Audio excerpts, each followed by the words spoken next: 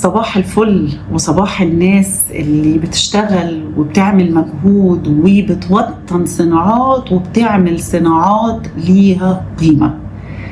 عندنا المحلة، ويمكن اتكلمنا على المحلة الكبرى والقرى اللي موجودة في المحلة الكبرى، واتكلمنا على الصناعة بتاعة الملابس والفوط ومحلة أبو علي، واتكلمنا على كذا حتة هناك في المحلة الكبرى.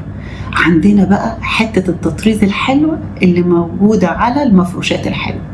عندنا قرية القيصرية، كل البيوت هناك شغالة في التطريز عشان تاخد أحلى حتة تطريز على المفروشات اللي بتخلي القيمة بتاعتها تضاف ويتحط عليها صنع في مصر بقطن مصري وتطريز يضرب القيمة في 2.